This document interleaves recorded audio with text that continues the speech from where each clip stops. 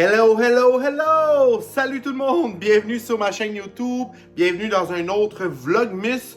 Aujourd'hui, je veux vous parler d'une espèce de plante qui est probablement l'un de mes préférés, soi-disant pour son nom et aussi pour les plantes de sa famille.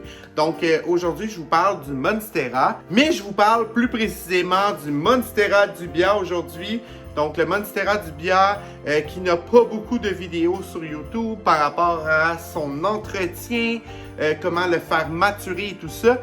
Et je trouve aussi que c'est une plante très underrated, donc une plante qui n'est pas très populaire. Donc, il n'est pas une plante que je vois vraiment un engouement autour dans le hobby des plantes, mais que je pense que cette Monstera-là mérite beaucoup plus que ça.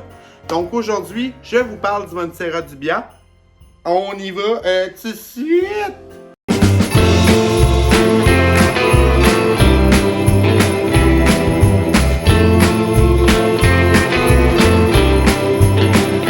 Avant de commencer, si tu n'es toujours pas abonné à ma chaîne YouTube, s'il te plaît, fais-le juste en dessous. Tu peux peser sur le mot subscribe et tu seras abonné à ma chaîne YouTube. Et si le cœur t'en dit, tu peux sonner les petites cloches. Et tu recevras une notification dès qu'un de mes nouveaux vidéos va être en ligne. Comme promis, aujourd'hui, je vous parle du Monstera dubia. Le Monstera dubia, en fait, c'est une plante grimpante, donc pas mal comme toutes les autres Monstera. La seule différence, c'est que si vous ne la faites vraiment pas grimper, cette plante-là va vous sortir là, des lianes de fou sans même avoir une feuille dessus. Donc, c'est vraiment important de la faire grimper. Le Monstera dubia va aimer beaucoup l'humidité ambiante, mais contrairement à ce qu'on pense, le Monstera dubia aura besoin de beaucoup plus de luminosité pour développer ses feuilles plus matures. En fait, moi j'ai eu plusieurs Monstera dubia à travers mon hobby. Donc j'en ai eu, je crois, 3 ou 4 différentes. Et je peux vous dire que je ne suis pas un fan de la faire grimper sur un poteau de mousse de sphinx. Je ne sais pas pourquoi, ça n'a jamais fonctionné. J'ai essayé aussi sur une planche de bois, ça n'a pas donné tant de beaux résultats. Et là maintenant, je suis sur le liège et c'est magnifico, mes amis, je vous le jure. Si vous avez une Monstera dubia, faites-la grandir sur un morceau de liège, c'est fou comment ça fait la différence. Comme vous avez pu le constater, le Monstera dubia que je vous montre, c'est le mien. Et plus qu'elle mature sur le morceau de liège, là, elle est rendue au point qu'elle va sur le mur et elle s'attache au mur. Donc, c'est vraiment là, génial. Et j'ai suivi les conseils de ma grande amie de Plant Pots and Whatnots, qui a un dubia de fou, qui a commencé à faire des fenestrations et tout ça chez elle. Et elle m'a donné ses trucs et c'est vrai que ça fonctionne.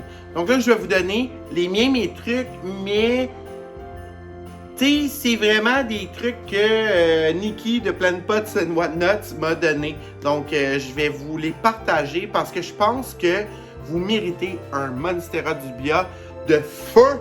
Et j'espère que mes conseils vont porter fruit à vous donner un beau spécimen. Mon Monstera dubia, en fait, il est sur, comme je vous disais, du liège. Donc, vous pouvez acheter du liège un peu partout. Moi, j'ai remarqué que depuis que je lui ai offert le morceau de liège, puis les prochains conseils que je vais vous donner, ok, mon Monstera dubia me fait des feuilles de plus en plus grosses et en plus de ça, elle me fait des feuilles quasiment aux semaines. C'est vraiment là, à chaque semaine, j'ai une nouvelle feuille qui apparaît, puis c'est génial. J'adore cette plante-là. Si vous lui donnez un bon entretien et tout ça, vous devriez avoir une plante qui grandit rapidement et efficacement. Je vous le dis tout de suite, là, les Monstera dubia, c'est comme de la mauvaise herbe une fois qu'elle est stable dans votre environnement.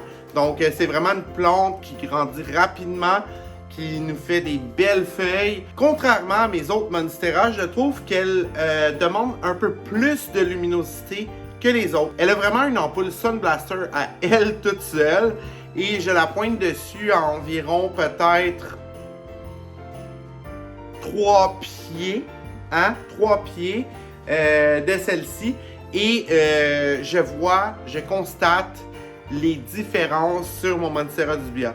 C'est une plante qui a besoin de vraiment beaucoup de lumière pour se développer et pour développer des feuilles plus matures. Côté humidité, offrez-lui le plus d'humidité que possible. Donc moi, je l'ai vraiment centré, on va se le dire, je l'ai vraiment centré dans ma jungle derrière moi.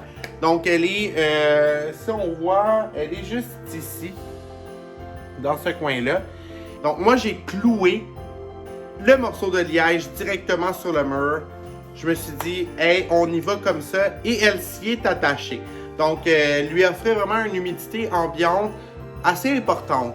Mais je pense pas que ça change beaucoup. Si on lui offre beaucoup de lumière, je pense que l'humidité, on peut vraiment la baisser comparativement au taux de luminosité.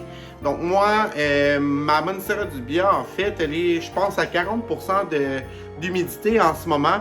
Puis elle file le parfait bonheur. En bref, ce que je vous suggère à la maison, c'est de lui offrir le maximum de luminosité artificielle. Hein, on va se le dire parce que c'est pas le vrai soleil. Mais si jamais vous la mettez au soleil, lui donner un bright indirect light.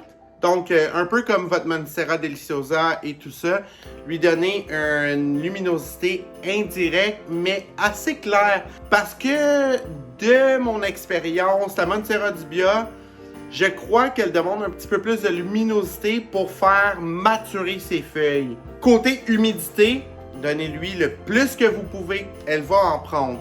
La seule chose que je vous suggère fortement, c'est vaporisez pas votre Monstera dubia. Je ne crois pas à la vaporisation des plantes en général parce que ça peut développer des maladies fongiques et des champignons. On veut pas ça. Hein? On veut pas ça dans nos plantes. On a déjà des pestes qui se pointent le bout du nez n'importe quand. On veut pas des maladies fongiques en plus. Donc moi, elle est vraiment juste derrière moi, ici, dans ce coin-là. Et elle grandit à merveille sans même que j'aie besoin de lui vaporiser les feuilles ou lui vaporiser le bout de liège. Hein? Avec les conseils que je vous ai donnés, si vous l'avez sur un poteau de mousse et que ça marche à merveille pour vous, tant mieux. Je suis content de savoir que votre Monstera dubia s'y plaît. Mais moi, à date, là, la mousse de sphinx, honnêtement, je vais en parler probablement dans une autre vidéo. Parce que j'ai un nouveau type de moss pole qui est sans mousse. Je vous en dis pas plus. Mais qui... Je ne crois pas à la mousse de sphinx pour la majorité de mes plantes. Pour être une personne très occupée, je pense pas que c'est la meilleure solution, la mousse de sphinx. Donc, on va en reparler, c'est certain. Mais pour le Monstera dubia, je pense pas que c'est nécessaire, la mousse de sphinx. Parce qu'honnêtement, moi, j'en ai pas. Le seul endroit que j'ai de la mousse pour mon Monstera dubia, c'est vraiment la base. Juste parce que je voulais être certain. Parce qu'après 4 Monstera dubia que tu passes, hein, tu te poses des questions. J'ai laissé un peu de mousse, mais pas beaucoup.